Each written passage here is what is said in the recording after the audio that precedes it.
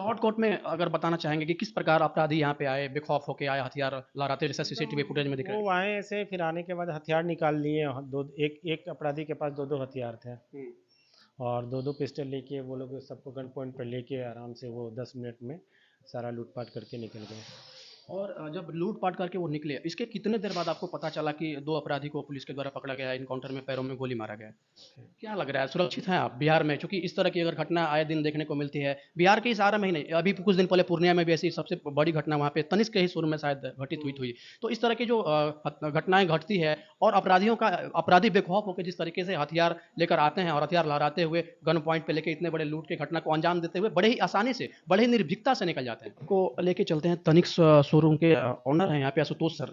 सबसे बड़ी आरा की सबसे बड़ी लूट की घटना ही नहीं बल्कि बिहार की सबसे बड़ी लूट की घटना बताया जा रहा है। लगभग 25 करोड़ से ज़्यादा की संपत्ति का नुकसान हो गया है, ऐसा बताया जा रहा है। आपके ही द्वारा कई सारे बाइट में बोला गया, तो क्या लग रहा है, ये संपत्ति कितना था? कितने ज्वेलरी का नुकसान हुआ अभी है? हम लोग एग्जैक्ट नंबर नहीं बता पाएंगे, एग्जैक्ट नंबर हम लोग देखे नहीं है कि क्या है, बट हाँ परसेंटेज में देखेंगे तो 90% स्टॉक मेरा ले जा चुके हैं वो लोग। शॉर्टकट में अगर बताना चाहेंगे कि किस प्रकार अपराधी यहाँ पे आए, बेखौफ होके आए, हथियार लहराते जैसा एकदम सीसीटीवी फुटेज में दिख रहा वो आए ऐसे, फिर आने के बाद हथियार निकाल लिए। दो एक एक अपराधी के पास दो दो हथियार थे, है?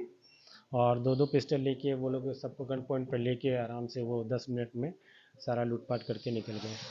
और जब लूट-पाट करके वो निकले, इसके कितने देर बाद आपको पता चला कि 2 अपराधी को पुलिस के द्वारा पकड़ा गया है, एनकाउंटर में पैरों में गोली मारा गया है? नहीं, मेरे को तो फिर 3 बजे के आसपास में थाना से कॉल आया था मेरे स्टोर मैनेजर के नंबर पे कि दो अपराधी पकड़े गए हैं, और ये क्या कहते हैं, कुछ स्टॉक भी रिकवरी हुआ है जो ऑनर को भेज दिया जाए, आशुतोष जी को भेज दिए। तो फिर हम गए वहाँ पे और जाके देखे, दो अपराधी पकड़े भी गए हैं, उनका सदर हॉस्पिटल में शायद इलाज चल रहा है। और वो स्टॉक को भी मेरे को दिखाया गया है, हमने स्टॉक देखा है, लगभग 5% का रिकवरी हुआ है स्टॉक का भी। और बट एसपी साहब ने मेरे को आश्वस्त किया है कि सारा स्टॉक रिकवर करेंगे हम लोग लगे हुए हैं छापामारी में लेकिन जगह। कई सारा वीडियो वायरल हो रहा है, इसमें बताया जा रहा है कि आरा के पुलिस ने त्वरित कार्रवाई करते हुए उनकी न सिर्फ गिरफ्तारी की, न सिर्फ उनका एनकाउंटर किया, बल्कि 100% नहीं भी हो चुकी है। नहीं, 5 से 7 8% 10% के अंदर का ही स्टॉक था, जितना उन्होंने दिखाया है उतना ही स्टॉक है। क्या लग रहा है, सुरक्षित हैं आप बिहार में? चूँकि इस तरह की अगर घटना आए दिन देखने को मिलती है, बिहार के इस आरा में ही नहीं, अभी कुछ दिन पहले पूर्णिया में भी ऐसी सबसे बड़ी घटना वहाँ पे तनिष्क के ही शोरूम में शायद घटित हुई थी। तो इस तरह की जो घटनाएँ घटती है और अपराधी बेखौफ होके जिस तरीके से हथियार लेकर आते हैं और हथियार लहराते हुए गन पॉइंट पे लेके इतने बड़े लूट की घटना को अंजाम देते हुए बड़े ही आसानी से, बड़े ही निर्भीकता से निकल जाते हैं। वो तो अभी सामने ही है सारा चीज़, आप लोग देख ही रहे हैं कि क्या है क्या नहीं है। बट ठीक है, अभी पुलिस प्रशासन लगी हुई है, अभी तो जितना मुस्तैदी दिखा रहे हैं उसके हिसाब से हमें भी उम्मीद है कि रिकवर हो जाना चाहिए सारा स्टॉक। इन 2 लोगों के जो गिरफ्तारी हुई है, इनके द्वारा उन लोगों तक पहुँचने की कोशिश की जा रही है। हाँ हाँ, उनके द्वारा ही उन लोग तो स्टेटमेंट ले रहे हैं, और एसपी साहब भी मेरे टच में है, कंटिन्यूस बात हो रही है, अपडेट वो भी दे रहे हैं।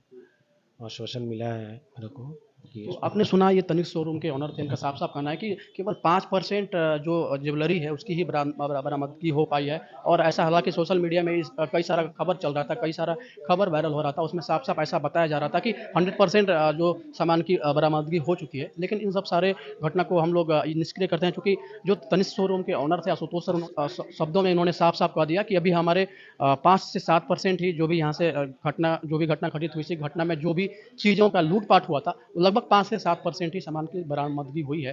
हालाँकि इस पे तमाम तरह की बातें निकल के सामने आ रही है, लेकिन सबसे बड़ा सवाल ये है कि प्रशासन की विफलता कहें या फिर क्यों आखिर अपराधियों का ग्राफ इस तरीके से बिहार में बढ़ा हुआ है? जैसे एक अपराधी वहाँ पे आसानी से आते हैं और आने के बाद हवा में हथियार लहराते हुए इतने बड़े लूट के घटना को अंजाम देते हैं और ऐसा बताया जा रहा है कि बिहार की सबसे बड़ी लूट की घटना है, क्योंकि 25 करोड़ से ज़्यादा के संपत्ति के नुकसान होने की इसमें संभावना है। आप देख सकते हैं, मैं कैमरामैन को चाहूँगा कि दिखाएँगे। आप देख सकते हैं कि पूरा उनके द्वारा यहाँ पे बड़ी आसानी से एंट्री उनके द्वारा की जाती है और एंटर होने के बाद किस तरीके से पहले तोड़-फोड़ की जाती है। आप इन शो के इसको दिखाइए। इस शो को इसमें आप देख सकते हैं कि आमतौर पे ऐसे तनिष्क शो या फिर जो बड़े-बड़े शोरूम होते हैं ज्वेलरी के, इसमें भरा हुआ रहता है। लेकिन ये सारा का सारा जो भी अपराधी हैं इसको लेके जा चुके हैं। अब सबसे बड़ा सवालिया निशान ये है कि आखिर कैसे बेखौफ अपराधी इस तरीके से आते हैं और हथियार लेकर हवा में हथियार लहराते हुए गन पॉइंट पे इतने बड़े लूट के घटना को अंजाम देते हैं। और हालाँकि तमाम तरह की चीज़ें निकल के आ रही है, कैसे इस घटना को का अनुसंधान होगा, पुलिस कैसे इस पूरे घटनाक्रम पे कार्रवाई करती है। हालाँकि पुलिस ने 2 लोगों का एनकाउंटर किया है, एनकाउंटर एनकाउंटर में उनके पैर में गोली लगा हुआ है और उनसे पूछताछ करने की कोशिश की जा रही है। जो 2 लोगों की गिरफ्तारी हुई है, उनके द्वारा और अपराधियों के बीच पहुँचने की कोशिश की जा रही है।